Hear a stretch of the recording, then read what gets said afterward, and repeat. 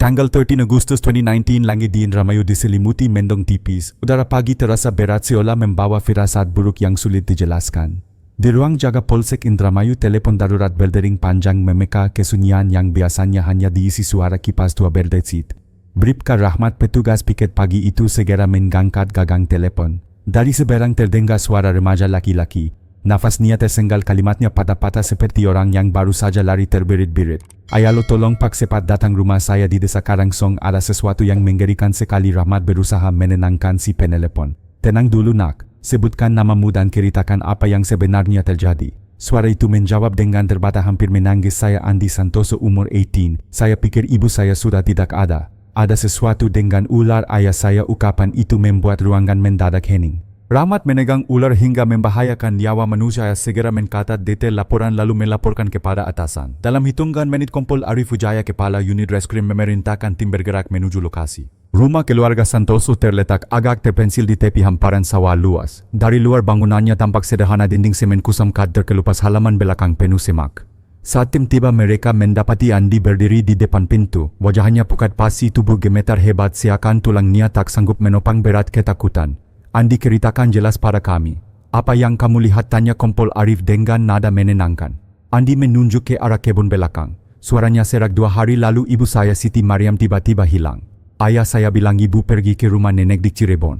Tapi ketika saya telepon nenek, beliau bilang ibu tidak pernah datang. Saya takut ayah bohong. Lalu saya lihat ular itu. Suara Andi tersekat. Matanya berkakak-kakak, napasnya tersenggal. Ia hanya mengangkat tangan menunjuk kandang besi besar di ujung kebun ditutupi jaring kawat tebal. Kompol Arif memberi isyarat kepada anak buahnya. Beberapa petugas melangkah hati-hati ke arah kandang. Ketika mereka mendekat, pemandangan yang terlihat membuat bulu kuduk berdiri. Seekor ular sangka batik raksasa panjang lebih dari 5 meter tergeletak lesu. Bagian tengah tubuhnya menggembong aneh, bukan seperti kambing atau ayam yang biasa diberikan. Bentuknya panjang dengan kontur menyerupai tubuh manusia. Para petugas saling bertatapan. Skenario paling buruk melintas di benak mereka. Benarkah dugaan Andi? Sambil menunggu tim tambahan dan dokter hewan, Kompol Arif kembali menenangkan remaja itu. Ceritakan sejak awal. Apa yang terjadi 2 hari ini? Andi mulai mengulang kisah. 11 Agustus sore ia pulang dari sekolah. Biasanya ibunya sudah menunggu dengan segelas teh hangat. Namun kali itu rumah sepi. Ayahnya Budi Santoso duduk di ruang tamu menenggak bermurahan. Saat Andi bertanya, Budi menjawab singkat, ibumu ada urusan di rumah nenek. Jangan banyak tanya. Awalnya Andi mencoba percaya. Orang tuanya memang sering bertengkar, kadang ibunya menghilang beberapa hari. Tapi kali ini berbeda. Ponsel ibunya mati total. Sikap ayahnya semakin aneh, murung, muda marah, sering keluar malam. Kecurigaan memuncak ketika Andi diam-diam menelpon nenek. Jawaban nenek membuat darahnya beku, ibu tidak pernah datang. Saat menutup telepon, Andi merasa dunia runtuh. Dalam kebingungan ia berjalan tanpa arah ke kebun belakang. Di sanalah matanya membeku. Ular peliharaan ayahnya berperut bongsirap normal. Bentuknya panjang menonjol seakan-akan ada sosok manusia di dalamnya. Andi langsung terjatuh, jantungnya berdentum tak karuan. Dalam ketakutan ia coba menelpon ayahnya tapi tak dijawab. Panik ia menekan nomor darurat polisi. Kini di hadapan aparat, Andi nyaris tak sanggup berdiri.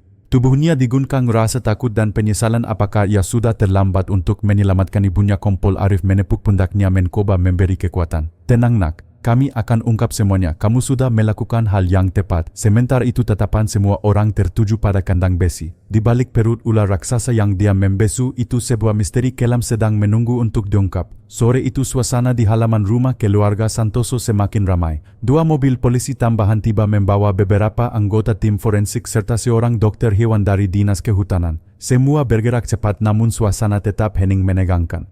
Kompol Arif Wijaya mengamati kandang besi di belakang rumah.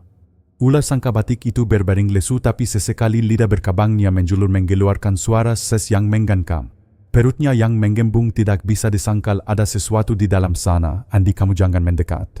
Tetap di sini bersama anggota, kata Arif. Remaja itu hanya mengangguk, wajahnya basah oleh air mata. Tim forensik menyiapkan area dengan garis polisi.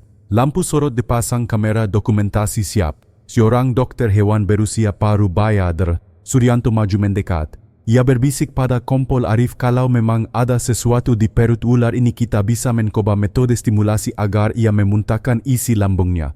Lebih aman daripada langsung membeda. Kompol Arif mengangguk. Lakukan secepatnya.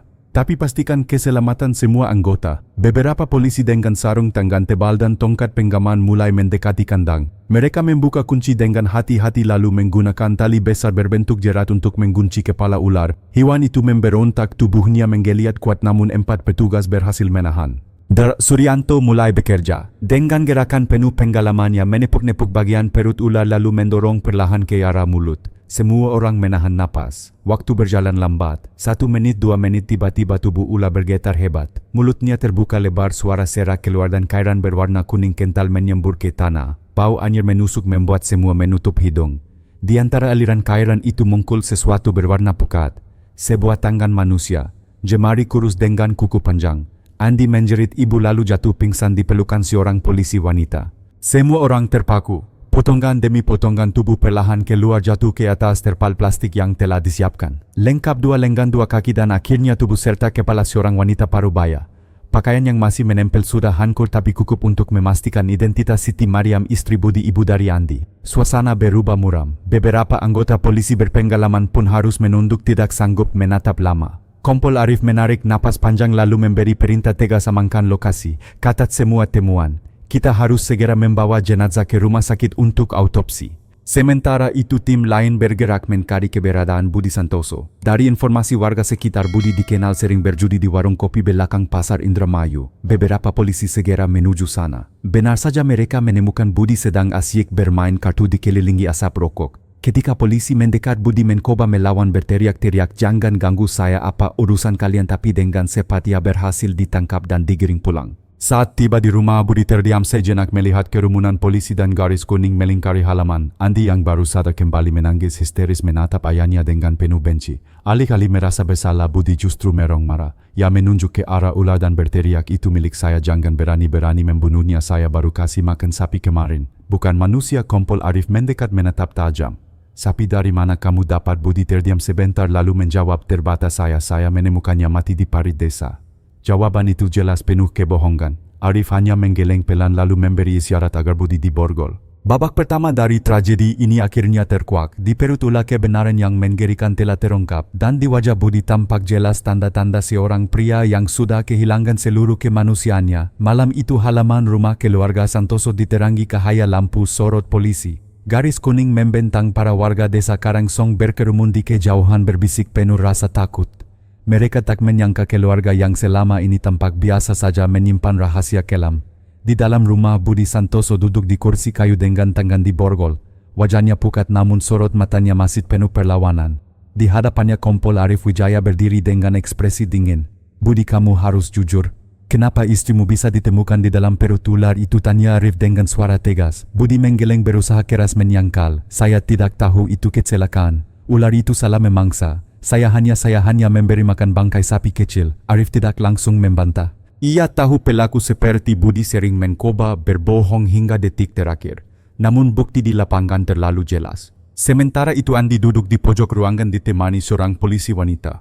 Matanya sembab, tubuhnya masih bergetar. Ia mendengar jelas setiap kata-kata ayahnya dan semakin yakin bahwa lelaki itu tidak lagi bisa disebut seorang ayah. Andi berbisik, "Lemah bapak, kenapa tega? Ibu selalu sabar, selalu bertahan." Air matanya menetes lagi. Kompol Arif meminta tim forensik menjelaskan. Dokter forensik Dr. Handayani menunjukkan hasil pemeriksaan awal. Dilihat dari kondisi jenazah jelas ada tanda-tanda kekerasan fisik sebelum dimasukkan ke dalam ular.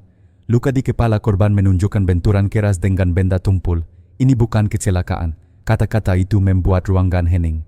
Semua menatap Budi yang mulai kehilangan ketegaran. Ia menunduk, keringat dingin berkukuran. Arif melangkah mendekat. "Kamu bisa terus berbohong tapi kebenaran tidak akan hilang. Ular itu sudah memuntahkan semuanya. Dan anakmu sendiri adalah saksi." Budi terdiam. Kedua tangannya bergetar di balik borgol. Ia tahu semua sudah terbongkar. Akhirnya dengan suara parau ia berkata, "Ya saya yang memukulnya.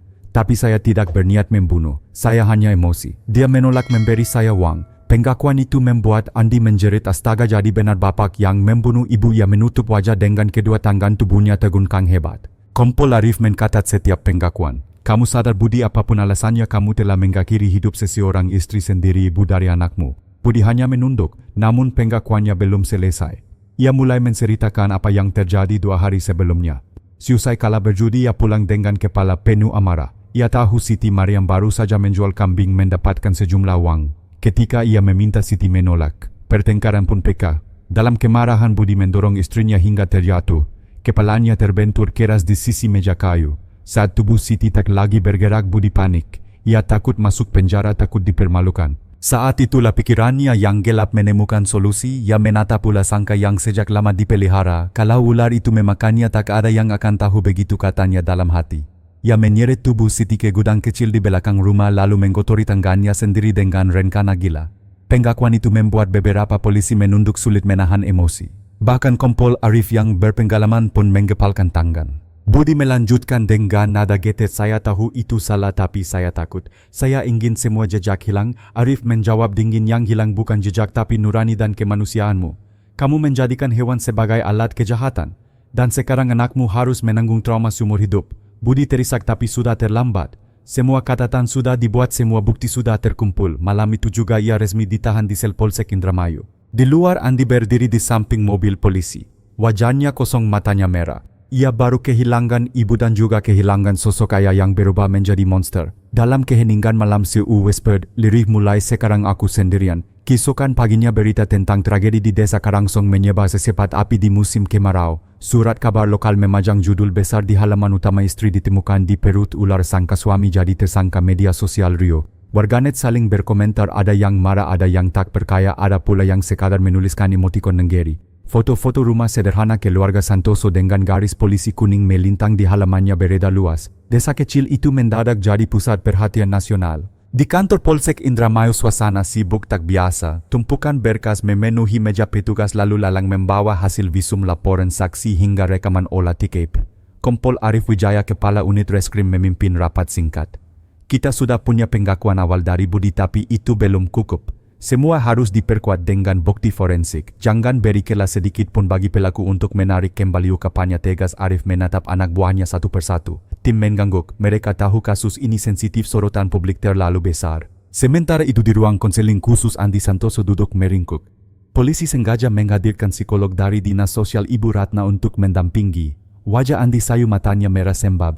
Ia memeluk lutut, suara lirih nyaris tak terdengar. "Bukan apa Bapak tega begitu? Apa karena judi? Apa uang lebih penting daripada nyawa?" Ibu Ratna menatap penuh empati, suaranya lembut. "Andi, terkadang orang dewasa kehilangan akal sehat ketika dikuasai nafsu. Tapi kamu harus ingat, kamu tidak bersalah. Justru kamu berani. Kamu yang menyelamatkan kebenaran." Kata-kata itu membuat dada Andi sedikit lega meski luka di hatinya tetap dalam. Di laboratorium forensik, tim dokter bekerja tanpa henti. Autopsi terhadap jenazah Siti Mariam menghasilkan temuan awal yang memperkuat dugaan. Ada retakan di tengkorak akibat benturan benda keras. Ada pula bekas lecet di punggung, tanda tubuh sempat diseret. Semua ini mengarah pada satu kesimpulan, kematian tidak wajar melainkan akibat kekerasan. Dr. Handayani, ahli forensik, menyerahkan laporan pada Kompol Arif. Secara medis sudah jelas. Korban meninggal karena pukulan keras di kepala. Setelah itu baru dipindahkan ke kandang ular. Dengan bukti ini kita bisa menjerat Budi bukan hanya dengan pasal karet, tetapi pasal pembunuhan berencana atau minimal pembunuhan dengan maksud menyembunyikan kejahatan. Arif mengangguk, "Mantap, bagus. Ini akan jadi pegangan kuat di pengadilan." Sore harinya polisi mendatangi beberapa tetangga. Kesaksian yang muncul makin menambah potret suram rumah tangga Santoso. Pak Hadi, tetua desa, berkata dengan nada berat, "Kami sering dengar Budi marah-marah. Kalau kala judi dia pulang mabuk maki-maki istrinya. Kadang kami lihat Bu Siti lebam di wajah, tapi dia selalu bilang terjatuh."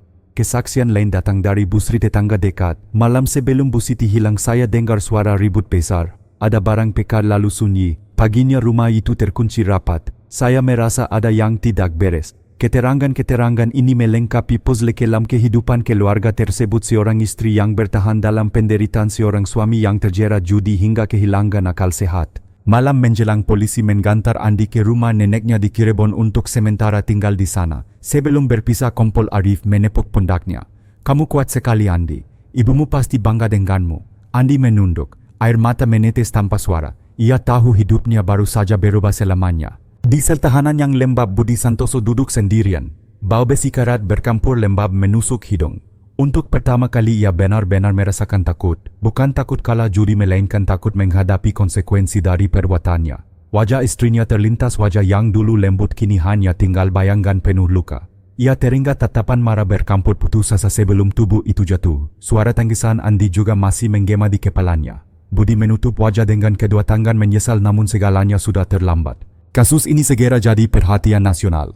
Dari Jakarta hingga Surabaya, stasiun televisi menayangkan liputan khusus. Para pakar hukum, aktivis perempuan hingga tokoh agama angkat bicara. Seorang ustadz di Indramayu berkata lantang dalam khutbah Jumat, kekerasan rumah tangga adalah dosa besar. Judi merusak akal sehat. Lihatlah akibatnya, seorang ibu kehilangan nyawa, seorang anak kehilangan masa depan, dan seorang ayah kehilangan kemanusiaan. Suara itu menggema menjadi cermin pahit bagi seluruh masyarakat. Malam itu di meja kerjanya, Kompol Arif menulis catatan. Ia tahu kasus ini bukan sekadar kriminal biasa. Ini adalah pengingat keras, keserakahan dan kekerasan bisa menghancurkan keluarga, menghapus cinta dan menelan masa depan anak-anak. Ia menutup buku catatan, menatap langit malam dari balik jendela. Dalam hati ia berdoa liris, semoga Andi Boka yang kehilangan ibu sekaligus ayahnya masih bisa menemukan cahaya di tengah gelapnya kehidupan. Beberapa minggu setelah penangkapan Budi Santoso, kasus ini resmi masuk ke tahap persidangan di Pengadilan Negeri Indramayu. Hari itu gedung pengadilan penuh sesak. Warga desa, jurnalis hingga aktivis perempuan datang menyaksikan. Semua ingin melihat bagaimana hukum akan menjatuhkan vonis terhadap seorang suami yang tega menghabisi istrinya sendiri.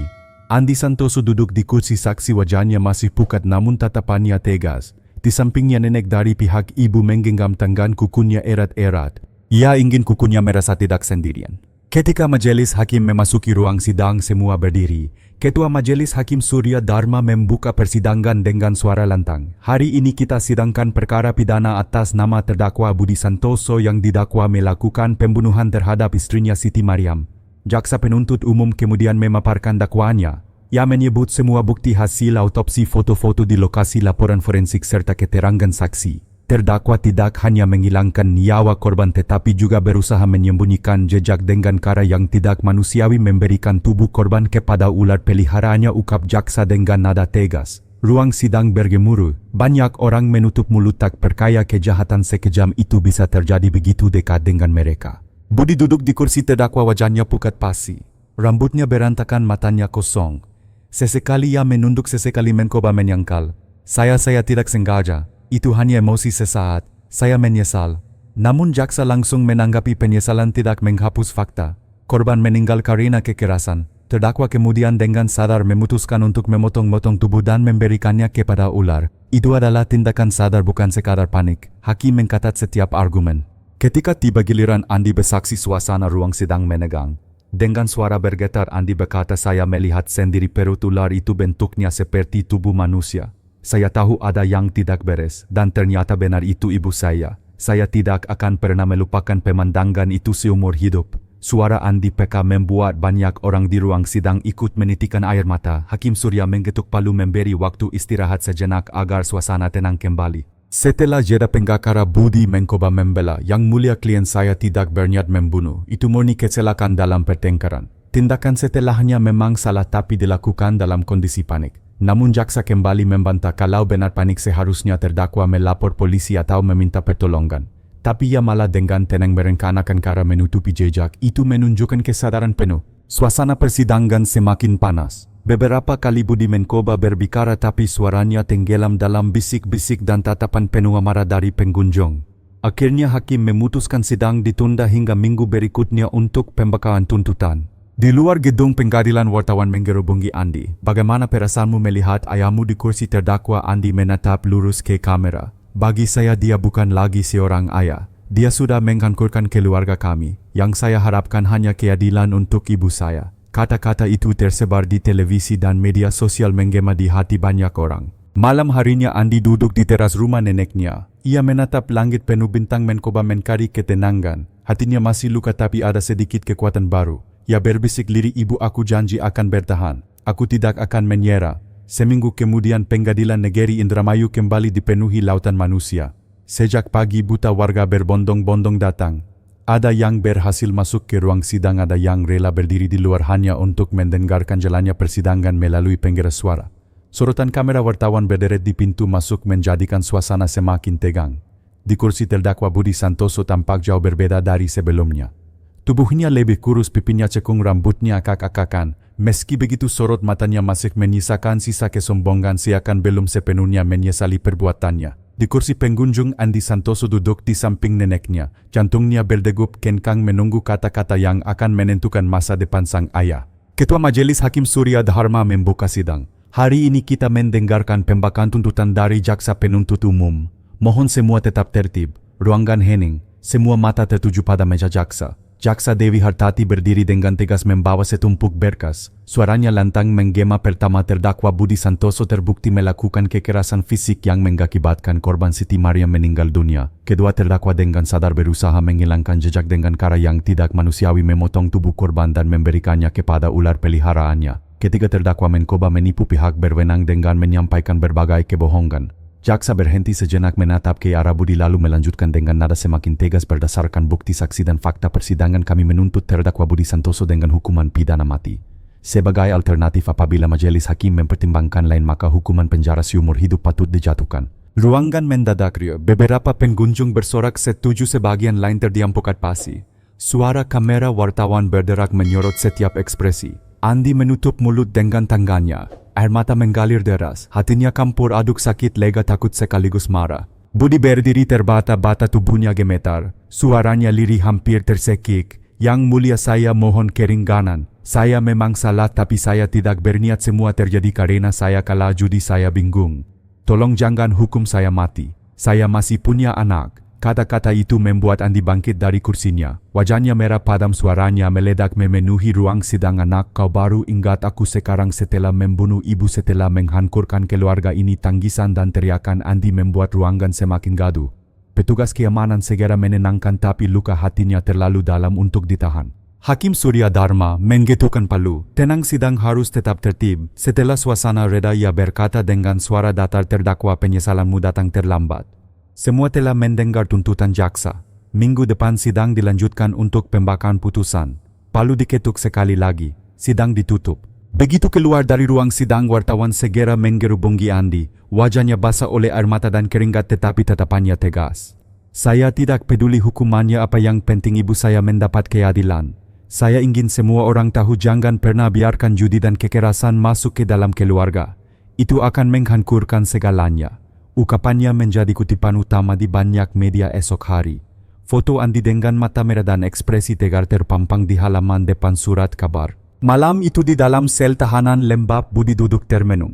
Ia sadar tuntutan hukuman mati bukanlah ancaman kosong. Untuk pertama kali rasa takut menembus hatinya lebih dalam daripada rasa lapar berjudi. Ia menatap dinding berkat kusam, teringat senyum Siti Mariam di hari pernikahan mereka, lalu bayangan itu berganti menjadi wajah dingin tak bernyawa. Suara tangisan Andi pun masih terngiang. Bibirnya bergetar, gumam lirik keluar, kenapa aku bisa berubah jadi monster? Namun jawaban itu tak pernah datang. Di rumah nenek di Cirebon, Andi berbaring menatap langit-langit kamar sederhana. Suara palu hakim lantang, tuntutan jaksa dan jeritan batinnya sendiri terus menggema. Meski begitu, di tengah kesedihan sekerka tekad tumbuh. Ia menoleh ke foto ibunya di atas meja kecil. Dengan suara bergetar ia berbisik, ibu, aku janji akan hidup dengan baik. Aku tidak akan biarkan rasa sakit ini menghancurkan masa depanku. Persidangan berikutnya menanti, dan seluruh Indonesia menunggu apakah keadilan benar-benar akan ditegakkan. Hari yang dinantikan akhirnya tiba.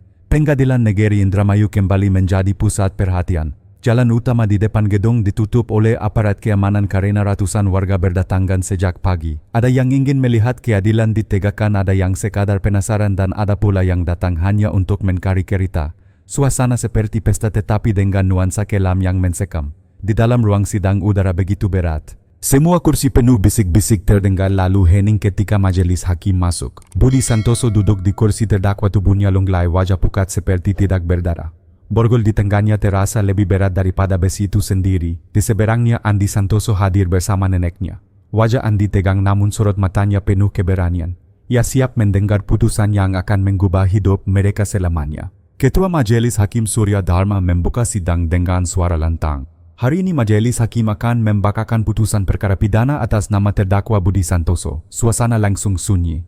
Detik jam dinding terdengar jelas seolah waktu ikut menahan napas. Hakim Surya melanjutkan dengan nada tegas, majelis telah mempertimbangkan seluruh bukti, keterangan saksi dan fakta-fakta persidangan. Perbuatan terdakwa bukanlah sekadar kekilafan atau kecelakaan. Ia dengan sengaja melakukan kekerasan yang menghilangkan nyawa korban lalu merencanakan cara keji untuk menghilangkan jejak.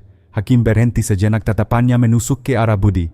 Perbuatan terdakwa tidak hanya melanggar hukum tetapi juga melukai hati nurani masyarakat. Karena itu dengan suara bulat majelis hakim menjatuhkan putusan hukuman mati bagi terdakwa Budi Santoso. Ruangan bergemuruh, ada yang bersorak lega, ada yang menutup wajah, ada pula yang menangis. Kamera wartawan berkilatan, mikrofon diarahkan ke segala sisi. Budi terhuyung di kursinya. Wajahnya pucat, pasi pelipisnya basah oleh keringat dingin. Bibirnya bergetar, suaranya lirih hampir tak terdengar. Ampuni saya tidak mau mati. Namun suaranya tenggelam oleh hiruk-pikuk kerumunan. Andi menatap ayahnya, air mata jatuh tanpa henti. Tetapi kali ini di balik kesedihan ada sedikit rasa lega. Ia tahu keadilan untuk ibunya Siti Mariam akhirnya ditegakkan. Hakim menggitukan palu 3 kali. Sidang selesai. Dengan itu lembaran kelam keluarga Santoso resmi ditutup di pengadilan. Beberapa hari setelah putusan, Andi kembali ke sekolah. Banyak teman menatap iba berbisik-bisik di belakangnya. Namun ia memilih berjalan dengan kepala tegak. Di perpustakaan ia mulai rajin membaca buku hukum dan biografi tokoh-tokoh penegak keadilan. Dalam hati Andi menumbuhkan cita-cita suatu hari ia ingin menjadi pengacara atau polisi agar bisa melawan ketidakadilan seperti yang menimpa ibunya. Neneknya di Cirebon selalu mendampingi. Setiap malam sebelum tidur beliau berpesan, kamu harus kuat nak. Jangan biarkan masa lalu menghancurkan masa depanmu. Kata-kata sederhana itu menjadi pegangan hidup bagi Andi, menuntunnya untuk tetap berdiri meski hatinya hancur. Di sisi lain, masyarakat Indramayu tidak mudah melupakan kasus ini. Ular sangka batik raksasa yang pernah dijadikan alat kejahatan dipindahkan ke pusat konservasi satwa liar. Hewan itu kini dipelihara di kandang besar, dijaga ketat oleh petugas. Bagi warga, ular itu menjadi simbol pahit binatang hanya bertindak menurut naluri, sementara manusia bisa berubah menjadi lebih buas daripada hewan ketika kehilangan akal sehat dan nurani. Kasus Santoso menjadi bahan diskusi di sekolah, pengajian, bahkan rapat desa. Banyak tokoh agama mengingatkan jamaah judi adalah pintu segala kerusakan. Lihatlah bagaimana seorang suami bisa berubah menjadi pembunuh hanya karena dikuasai nafsu. Waktu terus berjalan. Luka di hati Andi belum sepenuhnya sembuh, namun ia belajar menerima kenyataan. Setiap kali menatap foto ibunya yang diletakkan di meja kecil di kamar, ia selalu berdoa lirih, ibu tenanglah di sana. Aku akan terus hidup, aku tidak akan membiarkan rasa sakit ini menghancurkan masa depanku. Senja di Cirebon memerah jingga. Andi berdiri di teras rumah neneknya menatap horizon yang jauh. Masa lalunya penuh kegelapan, tetapi ia percaya di depan masih ada cahaya yang akan menuntunnya menuju kehidupan baru. Kisah tragis keluarga Santoso memberi kita pelajaran yang sangat berharga. Judi dan kekerasan dalam rumah tangga bukan hanya merusak ekonomi, tetapi juga mampu mengubah seseorang yang dulunya suami dan ayah menjadi pelaku kejahatan yang kehilangan nurani. Sebuah keluarga yang terlihat normal bisa runtuh dalam sekejap hanya karena nafsu, amarah, dan keserakahan. Dari cerita ini ada beberapa hal yang harus kita renungkan bersama: kendalikan emosi. 1. Tindakan keroboh saat marah bisa menghancurkan seluruh kehidupan. Katakan tidak pada judi dan kekerasan. Begitu keduanya masuk ke dalam keluarga, cinta dan kepercayaan akan hancur, meninggalkan luka yang sulit disembuhkan. Hargai keluarga dan orang-orang terdekat. Mereka adalah harta paling berharga, jauh lebih berharga daripada uang atau kesenangan sesaat. Hidup adalah pilihan. Pilihan yang salah bisa membawa kita ke jurang gelap, tapi pilihan yang tepat akan membawa kita pada kebahagiaan dan kedamaian. Jangan biarkan kesalahan yang sama terulang di sekitar kita. Kalau kamu merasa kisah ini memberi pelajaran berharga, jangan lupa tekan tombol like dan bagikan video ini supaya lebih banyak orang bisa mengambil hikmah. Jangan lupa juga untuk subscribe channel ini dan aktifkan lonceng notifikasinya agar kamu tidak ketinggalan cerita-cerita inspiratif berikutnya. Dan tuliskan di kolom komentar pelajaran apa yang paling menyentuh hati kamu dari kisah ini. Aku akan membaca setiap komentar dari kalian.